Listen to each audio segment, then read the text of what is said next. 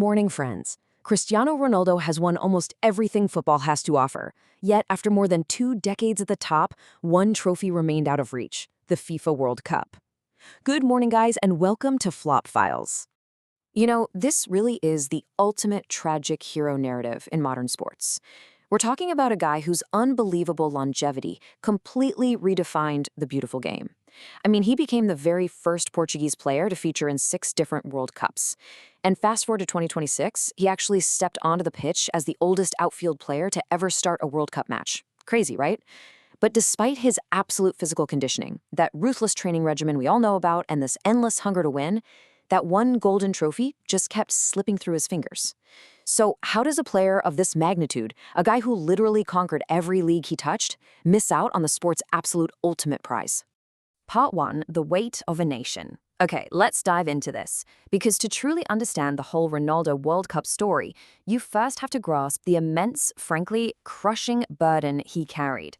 Every single time he put on that red and green jersey, he wasn't just playing a game of football. He was carrying the hopes, the dreams, and the desperate, suffocating expectations of an entire country right on his shoulders. For over 20 years, Portugal's game plan honestly kind of boiled down to one terrifyingly simple premise: just give the ball to Cristiano and pray for a miracle. 10 million. To put that into perspective, that's the entire population of Portugal.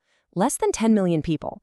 Out there on the international stage, they're constantly going toe-to-toe with global footballing giants, countries with populations of 50, 80, or even 200 million people, with these incredibly deep, historically rich talent pools.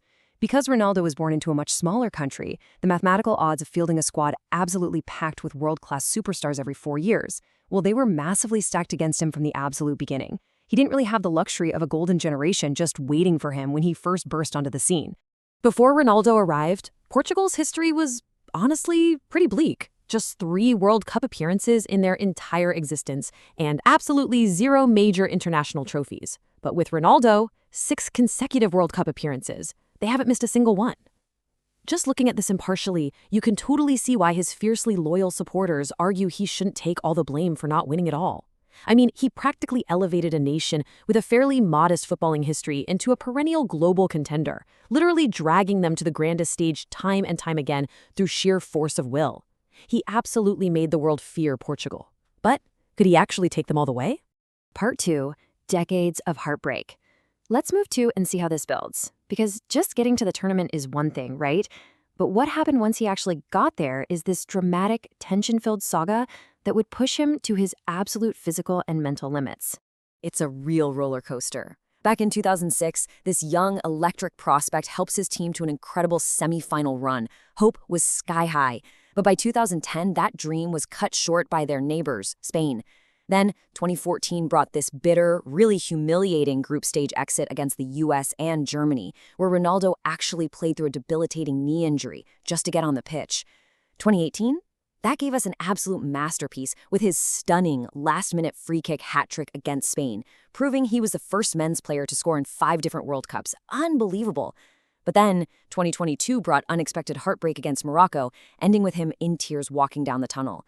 And this agonizing journey leads right up to a tense 2026 draw with DR Congo. It's just a constant mix of massive milestones and devastating near misses. You can literally feel the psychological toll of these repeated failures. After that agonizing knockout loss to Spain in 2010, a 25-year-old Ronaldo actually dropped his invincible armor. He admitted, and I quote, "I feel a broken man, completely disconsolate, frustrated, and an unimaginable sadness." Wow. That completely shatters the robotic, unstoppable image we usually project onto him, doesn't it? Beneath all that immense bravado and the iconic celebrations, he was just a human being, suffocating under the unimaginable weight of expectations, so desperate to deliver the one thing his country wanted most. Which brings us to the agonizing suspense of 2026 against DR Congo. At 41 years old, playing out there in North America, the physical struggle was, painfully visible on the pitch. The match ended in a shocking 1-1 draw. 0 shots for Ronaldo in the first half. 2 massive, decisive chances missed later in the game. The devastating critique from experts and analysts wasn't just that his tempo was slowing down, it was this chilling assertion that he had shifted from being Portugal's absolute most lethal weapon into a tactical liability that was actually hindering the new generation of attackers. If you're enjoying this story, subscribe to Flap Files and share this explainer with a football fan. Part 3, the Messi comparison.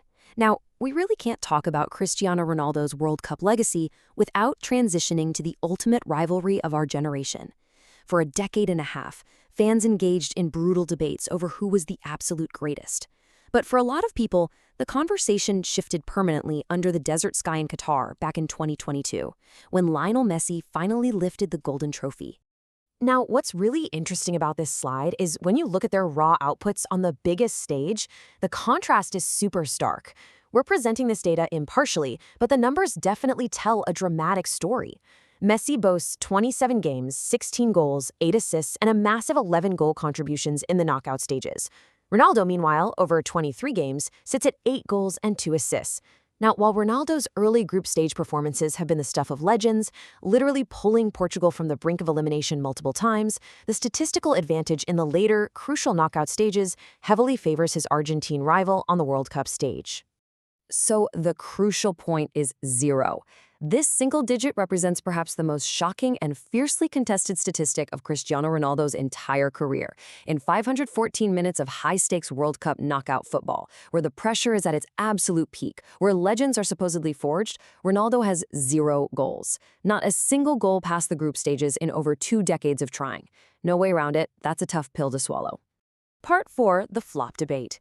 It's exactly that shocking statistic that pulls us into the passionate, heavily polarized court of public opinion.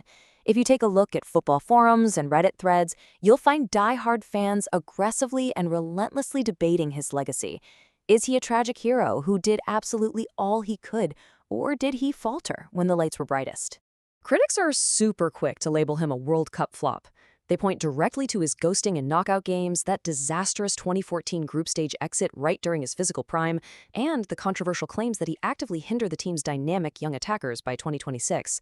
But the loyalists, they fiercely counter this. They remind us he scored in 5 different World Cups, navigating those grueling qualifiers, and passionately argue he was often stuck with inferior squads. They maintain that he single-handedly dragged a 10 million-person nation out of obscurity and into global relevance for 20 straight years. Part 5. Defining greatness. This deep, unresolvable divide forces us to ask a much larger question. How do we actually analyze what the lack of this single trophy truly means for his all-time status in the history of the sport? Like, does a blank space on a resume really erase everything else? And this brilliantly illustrates a really important point. If Ronaldo is a failure for missing out, well, he is in incredibly good company. Johan Cruyff, Robert Lewandowski, Didier Drogba, Luis Suarez. We're talking absolute titans of the sport here. The World Cup is a frantic, highly unpredictable 7-game tournament. It requires a perfect storm of squad depth, pristine timing, flawless tactical setup, and, let's be honest, undeniable luck. Missing out on this specific trophy doesn't erase a legendary career, nor does it invalidate the thousands of goals scored everywhere else. Ronaldo himself actually addressed his critics with this exact sentiment. He stated, "Winning one tournament doesn't prove you're one of the greatest players in history. It's just 6 or 7 matches, that's not fair." He firmly believes that his decades of relentless dominance, breaking absolutely impossible goal-scoring records across the toughest leagues in Europe, and his European Championship victory with Portugal matter way more than a chaotic, month-long tournament that only happens once every 4 years. And honestly, he makes a solid point. Cristiano Ronaldo may never lift the World Cup trophy, but his story proves that greatness is about more than a single tournament. Whether you believe he's the greatest of all time or not, his impact on football is undeniable.